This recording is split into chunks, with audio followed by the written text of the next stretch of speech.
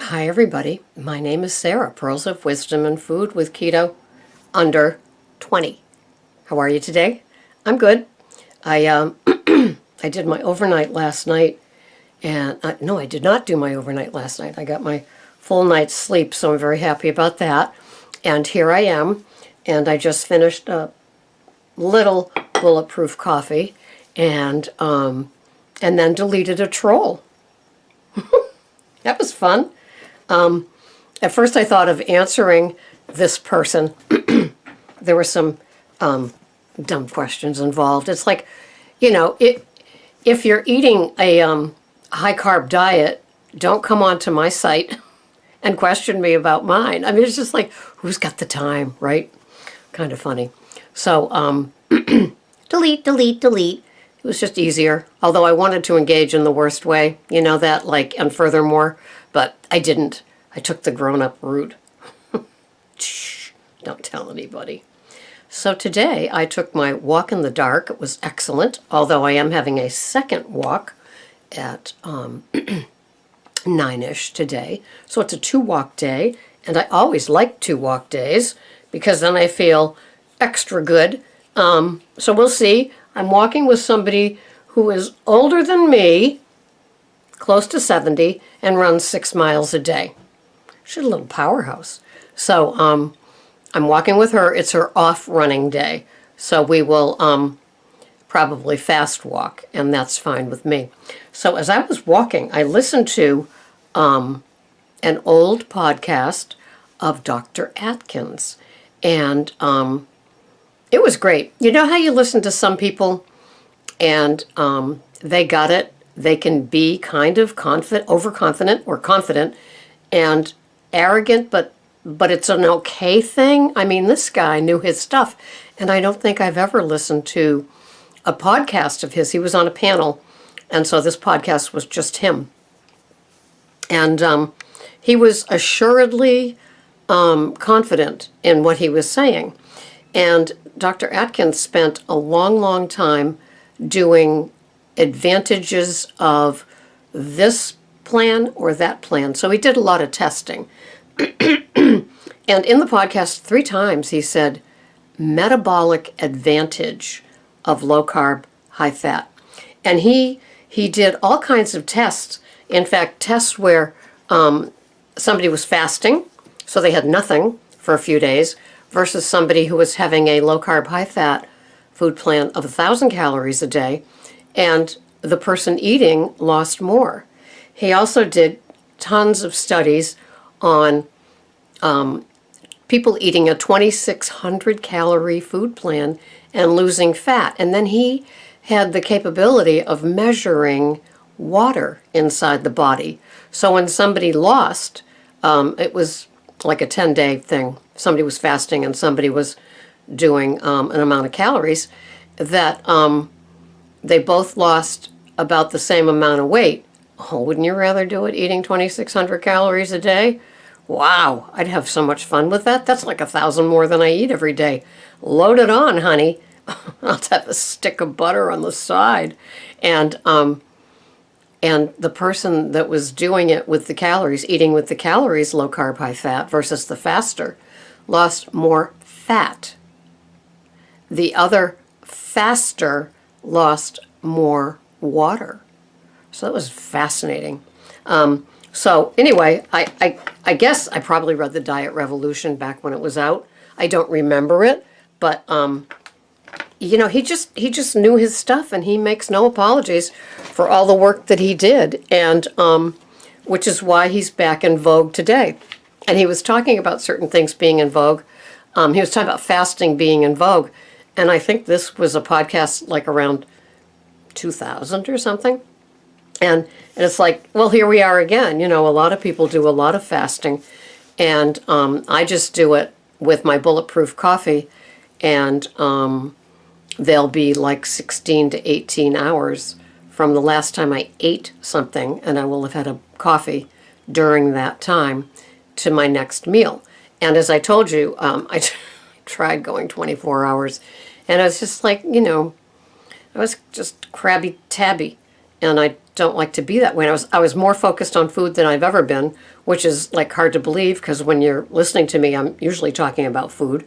And so now I have my 2 meals, but I've closed out the window a little bit. So if I'm having my first meal between 10 and 11 and I'm having my dinner at 3, the window is like 6 hours total, like 10 to 4. And 10 to 4, over and out. And that's working for me. And the scale dipped a little today. I'll take that. And so I am quite content with how it rolls for me. And I just got a personal email from a friend, and she was telling me, how content she is with her choices. And for both of us, I guess, it's more the behaviors and the thinking disease part of the food addiction that we're both working on quelling. And it's working. And I'm just so grateful for all of the work that all of these people have done before me, before us, before proving over and over and over again how this food plan can help. And Dr. Atkins says something, and I loved it. He said, "I'm really tired of people lumping fruits and vegetables into the same category as if it's the same." He said the only fruit that could possibly, and it would be on the lower tier of the veggies, would be berries. But no bananas, no strawberries, no pineapple, no pears, and no apples. Have you ever seen the amount of carbs in an apple? And they say that the fiber offsets it. The apples that in the old days that were crab apples, before they were genetically improved, not my choice of words, to be big and sweet and have as many carbs of sugar as they possibly could. What a far cry from the crab apple that the cave person took, the Anyway, the person back then took off the tree, right? So it's not the same. And so he said at the bottom of the tiers for vegetables or what somebody on this food plan could eat would be berries. And as I've said here before, I may plan berries in the summer when they're local and organic and just freshly picked. But for now, I've had so many, not recently, but so many no-taste organic berries that you spend $4 for, and the second day you've owned them in your own fridge, they're already decaying. And so I'm not going to do that for a while. I'll wait till summer and there's some farm stand and do it that way. And so he was talking about, it's the usual, the leafy greens and the spinach, the chard, things like that. He didn't even talk about what kinds of fat to have. He was more concentrating on the carbs that you're not eating anymore. And it's always so funny when experts or sometimes just regular podcasters will not talk about grains, sugars, and fruits in their podcast as if it's already a given. And for a lot of people thinking that they can drop a lot of weight by adding extra butter to their English muffin, that's not the case. And so he was talking about having a breakfast of like 3 to 4 omelets with avocado and cheese. Stop me if you've heard this before. And then, having the green leafies with the meat. And so he said for 36 years he's been having meats and salads, and all of his markers are proving that this was the best food plan he could ever have. And I don't know when he died, but he didn't die from something sad like a heart attack. He slipped on ice in New York, I guess, in the winter. Poor guy. So anyway, I have a lot of respect for him. He was lauding, as we say, Dr. Robert Lustig and his work with sugar, acknowledging that, and imagine when he came out, how sugar wasn't like even close to what it is today. So it's a fascinating study. And if you can find old podcasts of him talking, and you could tell it was a generational thing because he had a PowerPoint, which was probably new to the market, and he kept calling them slides as if it was like one of those, remember that movie thing with the slides where it goes. I remember all those seminars I'd go to where the new slide would pop up before PowerPoint was created. So I'll probably be watching more of him. It was fascinating, and I so appreciate his work.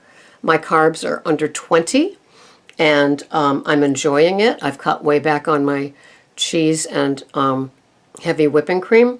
I've bought the organic, thick and creamy coconut cream from Trader Joe's, $2.29 a can. Put it in a glass container, and that's what I'm having instead of or as part of a lower heavy whipping cream sort of entry into my bulletproof coffees. So just cutting back and feeling the difference, or not feeling the difference. We'll see. I mean, I don't know if the weight drop was just that I had things before that might have made me bloated. Yesterday the temperature was 77. It was wicked humid. There was actually steam coming off the asphalt like it was late in August, and it was like 102 with the heat index of 105 or something.